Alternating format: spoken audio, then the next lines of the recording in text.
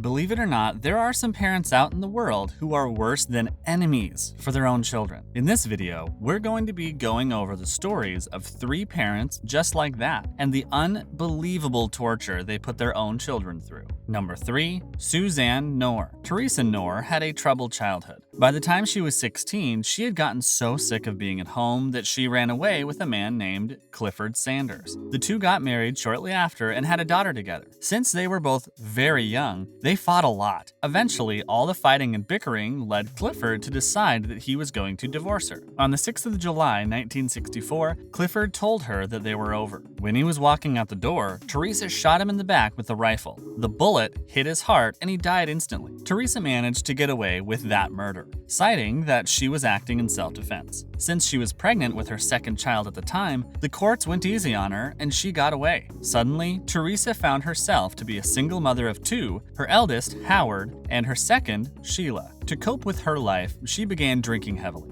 When she was at the bar one day, she met her next husband, Robert Knorr. Robert was a Marine and had a little more patience than Clifford, so he managed to stay with her for half a decade. The two even had 4 more children together. He even adopted Howard and Sheila, and had their surnames changed to Knorr too. They were a happy family, or so people thought. Teresa was a very jealous person, so she'd accuse Robert of cheating and lying all the time, even though he wouldn't. Eventually, in 1970, even he had had enough and divorced Teresa. As a punishment, Teresa banned him from seeing any of the children. Even though he wanted to continue being in their lives, he couldn't. She enforced this by isolating her children in the house, not letting them go anywhere, while she would still go out and drink and even got married twice more and divorced both times. Now, Teresa had 6 children: Howard, Sheila, Susan, Robert, William, and Terry. And since she didn't have a man in her life to direct her anger and jealousy toward, she started directing it towards the children. She would accuse them of doing wild things, and then would punish them for doing them.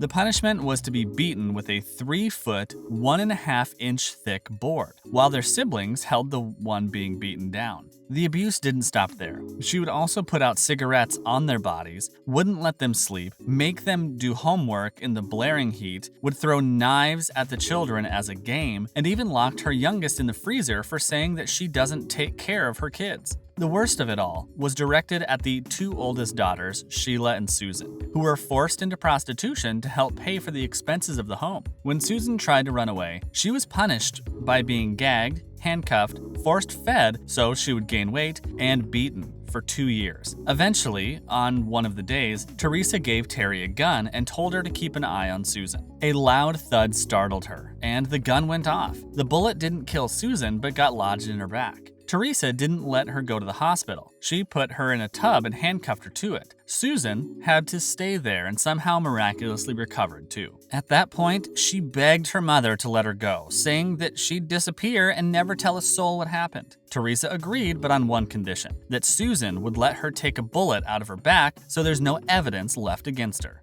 Desperate to get out, Susan agreed. Teresa performed the surgery on her using an X-Acto knife, and things didn't go very well. Although the bullet came out and Teresa flushed it down the toilet, Susan's condition worsened dramatically. She got sepsis and jaundice. Her entire body turned yellow. She even lost control of her bladder and had to be given diapers. Teresa said to her children that Susan had been possessed by a demon, and to get the demon out, she had to burn it. So, she bound Susan using duct tape and even covered her mouth with it. She had her sons put her in a box and put the box on the side of the road. There, they poured gasoline on the box and lit it on fire, burning Susan alive. When they returned, the only person left to torture was Sheila. She began doing everything to Sheila that she was doing to Susan. Eventually, she accused Sheila of giving her an STD through the shared toilet and locked her in the closet, where she was left without food or water for weeks. Eventually, Sheila died there, and her rotting body stayed in the closet for days. Teresa dumped her body the same way she dumped Susan's, on the side of the road in a box. Only this time, they couldn't light her remains on fire. Teresa didn't even get caught until decades later, when on the 20th of October 1996, Terry called the America's Most Wanted tip line, saying that the bodies of the Jane Does that they found in the 70s were her sisters, and that her mother had murdered them. Teresa was eventually caught, and on the 17th of October 1997, was sentenced to 2 consecutive life sentences. it's likely that Teresa will never see the free world ever again.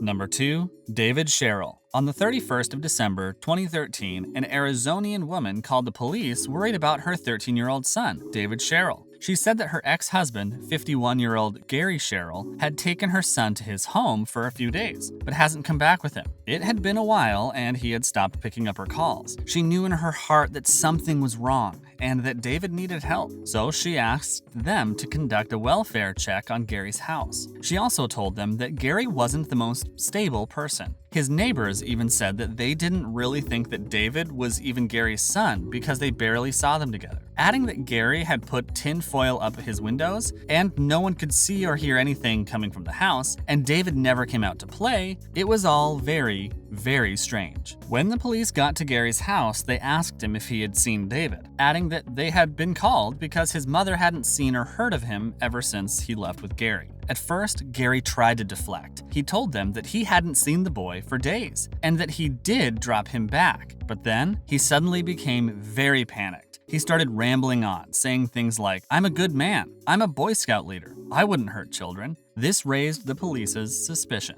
They knew something was very, very wrong. They asked him if they could come inside, and he said no. At that point, they had enough suspicion that they barged in, and inside found what they described as a bloodbath. David's body was inside the house. He had been severely beaten before he died, and had been hacked with an axe afterward. A major part of his body was in pieces, and there was blood everywhere. Gary was immediately arrested, and when he was questioned about why he did what he did, he said that David was a demon, adding that he was trying to eat me alive, and because he wanted to protect himself from the demon, he had to kill it. Gary was handed a life sentence, but since he is also believed to be clinically insane, he is going to be spending his sentence in a mental institution until he no longer needs treatment. Then he'll be transferred to prison to live out the rest of his days, a right he denied his son to have. Number 1. Adrian Jones. In 2013, Adrian Jones was just a normal little boy. He was 5 years old, full of life, and would brighten up any room he'd walk into.